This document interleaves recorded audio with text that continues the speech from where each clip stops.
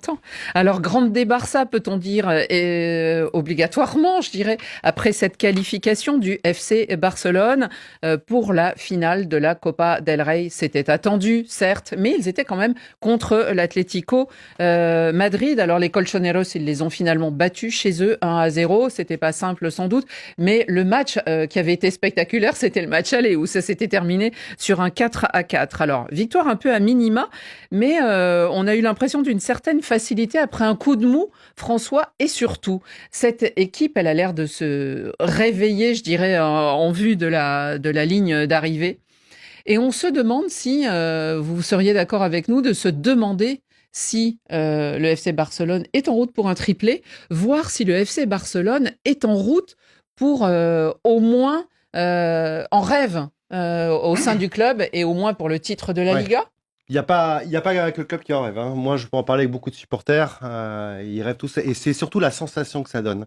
La sensation n'a rien à voir avec celle qu'on a pu voir avec 2018, 2019, avec Valverde comme entraîneur.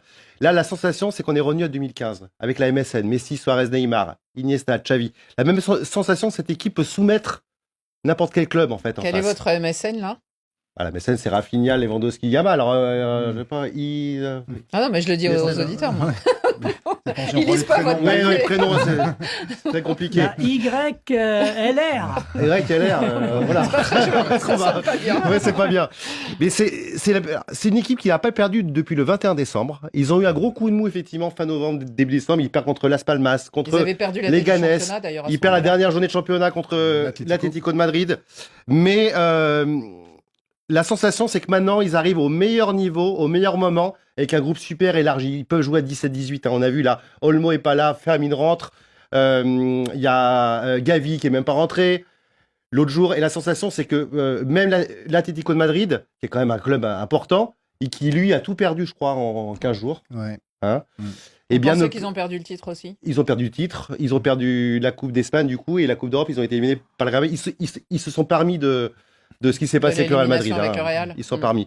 Mais le Barça, je pense, moi, arrive au meilleur moment. Il y a un très très gros morceau en face historique, évidemment, on va en parler avec les classicos. Mais moi, je retiens aussi une phrase qu'avait dit Thierry Henry, je crois, à la télé espagnole, c'est que l'Europe entière a peur du Real Madrid et le Real Madrid a peur du Barça. Que l'Europe entière a peur du Real Madrid et le Real Madrid a peur du Barça.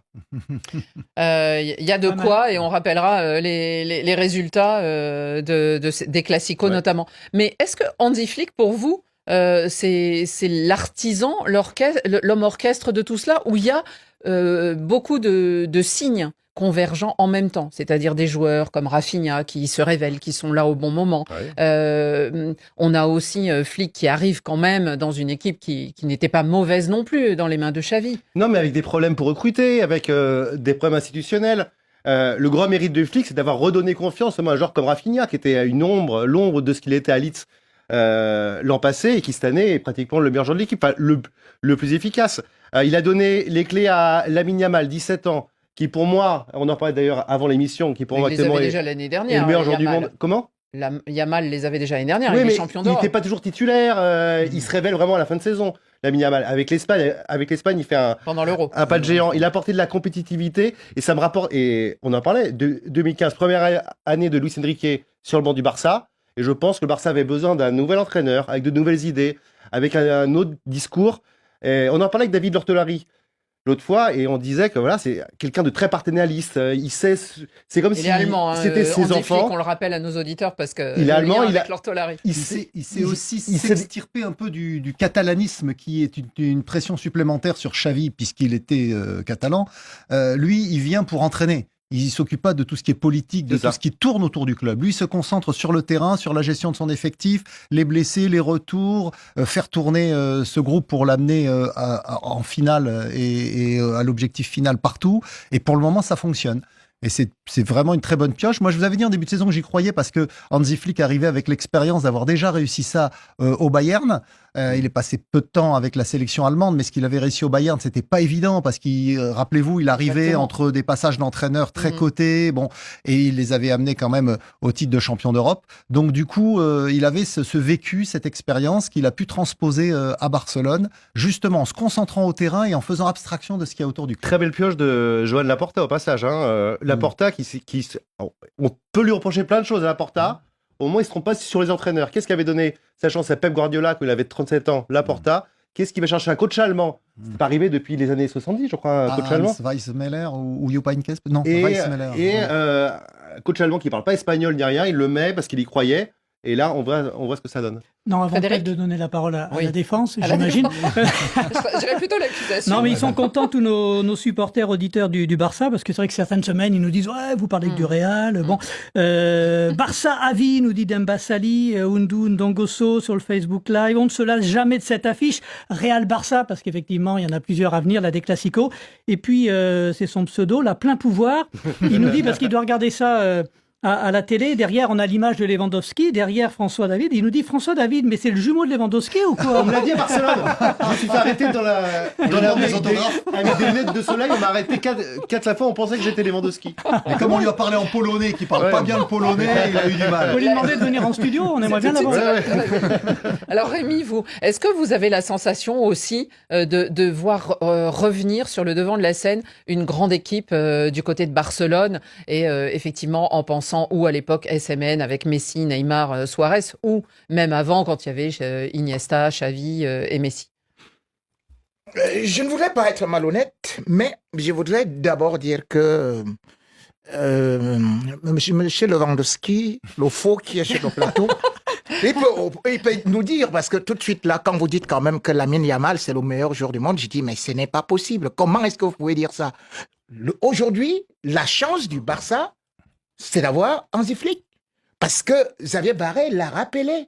Quand il remplace quand même Niko Kovac, vous vous rendez compte, il est son adjoint et le club sort d'une défaite de 5 buts, à l'époque du Bayern. Mais qu'est-ce qu'il réussit derrière? C'est stupide. C'est-à-dire que c'est 6 trophées, une Ligue des Champions, 8 buts contre Barça, dont 4 à la première mi-temps. Et c'était avec ce Messi et les Suarez, ils étaient là, c'était 8-2. Donc c'était une correction. Et d'ailleurs, on retient que de ce Bayern-là dans l'histoire, c'est le coach qui a eu plus de trophées que des défaites, parce qu'il n'a eu que 5 défaites. Donc mais maintenant, au niveau du Barça, qu'est-ce que j'ai dit? Oui, le Barça peut être bon, mais ce Barça ne peut pas être aussi bon et impressionnant que le Bayern de Flick. Pourquoi? Parce que j'ai regardé le Barça au début de la saison. Bien évidemment, ils ont surpris tout le monde parce qu'on ne connaissait pas le système Flick. C'est-à-dire que c'était la ligne haute défensive, 50 mètres, 60 mètres. Et immédiatement, ça piégeait les gens au niveau du hors-jeu. Ça faisait que en 12 matchs de Liga, 3 matchs de Ligue des Champions. Mbappé, par exemple, lors du classique, il s'est fait avoir 4 fois. Mais on était à 100. On était à 100 hors-jeu. Et d'ailleurs, même Harry Kane, tous les attaquants se faisaient avoir. Mais dès que les entraîneurs ont digéré cela, vous avez pu voir que ce Barça a fait 7 matchs et n'a récolté que deux petits points comme ça là.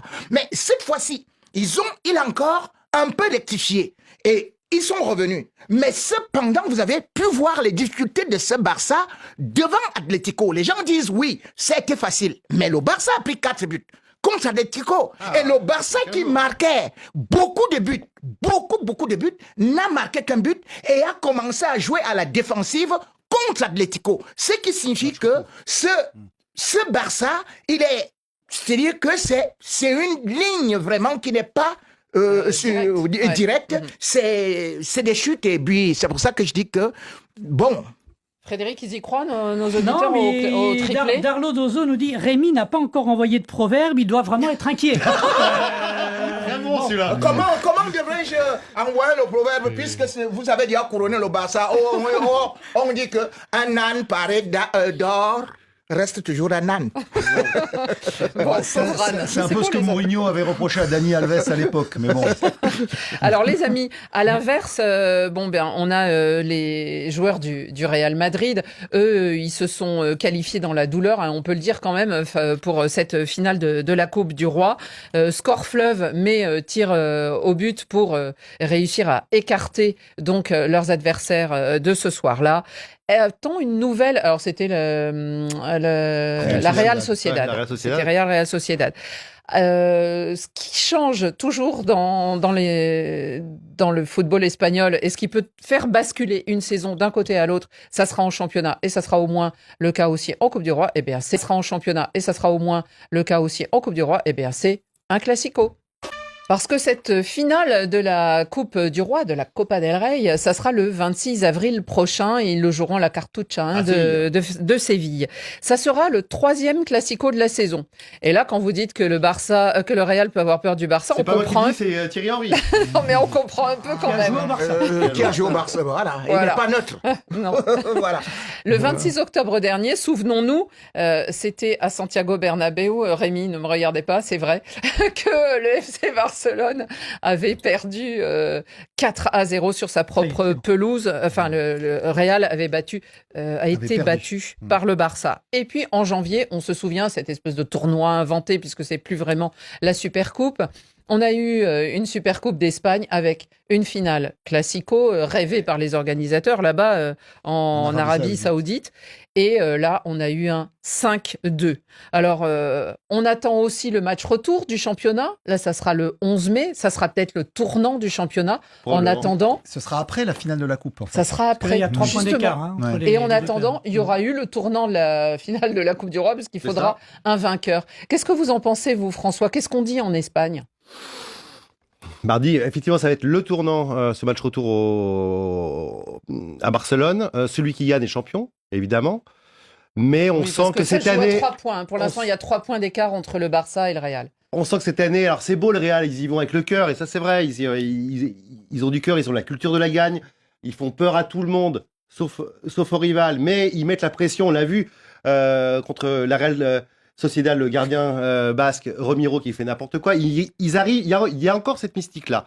Cette année, ils le font vraiment très bien, ils poussent vraiment ça, ils ont des individualités fantastiques, mais je crois vraiment que le Barça, collectivement, quand je disais soumet une équipe, ils arrivent vraiment à leur mettre la pression, à pas perdre le ballon. Ils ont des joueurs qui peuvent, qui ont été élevés dans cette culture de vaincre le Real Madrid, parce que on regarde le 11, il y en a 5 ou 6 qui viennent de la Masia. Et d'ailleurs, quelque chose qui était intéressant pour montrer la supériorité actuelle du Barça dans les médias espagnols et même dans les médias madriennes. J'écoutais hier la Cadena Cerca à Madrid. Il disait, là, on fait une photocopie des 11 meilleurs joueurs actuels du monde. Il y en a 5 ou 6 qui viennent du Barça. Qu'on peut mettre Koundé, Yamal, Rafinha, etc. C'est moins le cas du Real Madrid. Donc, avantage Rémi, logique pour le Barça. Dans ces classicos, on se dit pour l'instant, le Real et Ancelotti et ses joueurs n'ont pas trouvé la clé. C'est-à-dire qu'ils ont pris 2 fois quand même deux sacrées déroutes, et que ce soit sur leur propre pelouse, que ce soit loin. On a un peu peur pour le Real. Est-ce que vous avez peur? Je n'ai pas peur, parce que vous oubliez toujours une chose, c'est que le Real peut prendre une sacrée déroute. D'ailleurs, Mourinho en avait pris comme ça la une Manita, c'était 5-0. Mais Rémi, la finale de la Supercoupe d'Espagne, si je me souviens bien, c'est le Real marque 2 buts d'entrée. Et après se fait remonter. Et le Barça est à 10. Et en plus, donc c'est incroyable. Donc, pour dire que le Real, d'ailleurs, vous avez pu constater, a eu beaucoup de difficultés à s'adapter avec l'arrivée de Mbappé. Et d'ailleurs, tout le monde disait ici que tous ces jouaient côté gauche. Or, on voit aujourd'hui que ce Real qui a aussi eu énormément de blessés, parce que quand vous voyez quand même une équipe parce qu'on parle d'une équipe qui est la défense notamment. Voilà, la défense, c'est-à-dire que d'ailleurs même on peut dire que c'est des miracles que ce Real est en train de réaliser, parce que si vous avez autant de blessures, autant de joueurs, de telle sorte que vous retrouvez aujourd'hui sans défenseur central, Tchouaméni était obligé de jouer défenseur central. Le beau côté.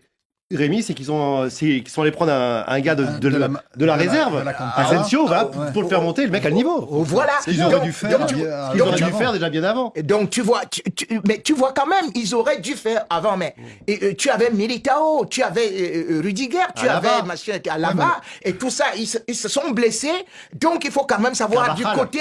Et là, vous perdez quand même votre capitaine, c'est-à-dire que mais ça, c'est des excuses. C'est la on ne peut pas dire des l'exclusif, toutes les... Non, mais là, il va y avoir Real, match. Ça veut dire que c'est perdu d'avance? Ah non, mais ce n'est pas perdu d'avance. C'est pour ça que je vous ai dit que à cette époque encore, à cette époque, L'Oréal se cherchait, n'avait même pas de défense, ne savait pas quoi faire devant, ne savait pas quel milieu de terrain jouer. Mais aujourd'hui, ce Real-là, il est redevenu quand même quelque chose. Et c'est pour ça que je dis que vous serez beaucoup surpris de ce que L'Oréal va produire comme football. Et surtout, vous allez voir Mbappé être très dangereux. Et Vinicius, il va déchiqueter tout le derrière. Parce que le Barça, vous dites bien, c'est ceci, vous me parlez de... Et il y a un proverbe africain qui dit, nous on regarde là-bas derrière, hein.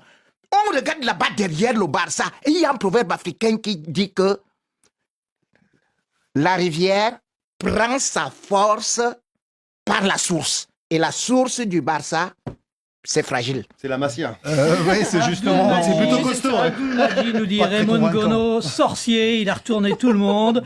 Archiduc, tout classico est une nourriture pour les yeux et l'esprit, peu importe le nombre. Alors justement, c'est ce qu'on se demandait, Xavier, finalement. Est-ce que trop de classico ne nuit pas à la santé du supporter ou du passionné de football? Parce que là, si on compte bien, il y en a déjà eu 2. Il y en a 2 en perspective et voir si en Ligue des en finale de la... Une bonne fois pour toutes, les mettre d'accord. Qui sera le plus fort? Non, mais d'abord, pour en revenir à ce que disait Rémi à l'instant, la source, c'est la centre de formation. Ben justement, c'est un centre de formation très prolifique à Barcelone. C'est ça qui sauve le club. Alors que du côté du Real Madrid, où ils ont aussi beaucoup de très bons jeunes joueurs, ils ont gagné la Youth League il y a 3 ou 4 ans. Mais il n'y a aucun jeune qui sort du club parce qu'ils préfèrent acheter des joueurs et ils préfèrent acheter des attaquants. Donc après, s'ils se retrouvent, il est prêt. Et s'ils se retrouvent avec des défenseurs, ils se retrouvent avec des défenseurs qui sont blessés, c'est aussi parce qu'ils prennent que des vieux en fin de contrat. Ils veulent pas mettre d'argent sur des défenseurs. Donc c'est la mauvaise excuse. Mais il est sportivement, on est mieux que le Barça. Et le Barça actuellement, votre centre de formation là, ils sont en train de descendre en 4e division. 4e division. Votre centre de formation. La bonne excuse de Raymond Gono, elle est de mauvaise foi parce que s'ils mettaient un peu d'argent sur les défenseurs et sur les jeunes, eh ben ils s'en sortiraient mieux. Vous vendez les Bermudas, vous vendez les sous-vêtements. Maintenant, vous allez vendre le président. Vous vendez tout. Et vous dites, vraiment, nous sommes meilleurs. Nous sommes ceci. Vous n'avez pas remporté la Ligue des Champions depuis combien de temps? Même Dani Olmo qui est revenu au club, Ferran Torres, Lamine Yamal, Ansu Fati, la Ligue des Champions depuis 300 jours. Tout ça, c'est des joueurs formés à la Masia et qui donc, à qui la source les a bien nourris et aujourd'hui, ils sont capables de naviguer sur le fleuve avec le grand Barça. La Masia est en 4e, en train d'aller en 4e division. Félix Faure qui nous dit Rémi. 83. Beaucoup. Plus seulement que le Barça. Mais comme quoi, les impressions sont trompées. C'est sûr que, oui. C'est sûr que le Real Madrid est très heureux, Xavier, d'avoir Rudiger parce qu'il a quand même un coup de casque qui, des fois, sauve bien la mise. En tout cas, ces équipes, elles joueront ce week-end le Real Madrid. Ça sera demain après-midi face à Valence. Le FC Barcelone reçoit le Betis Séville, alors que l'Atlético, dimanche, jouera à Séville face au FC Séville. Et là, ça peut aussi être déterminant pour la fin du championnat. Et on court vite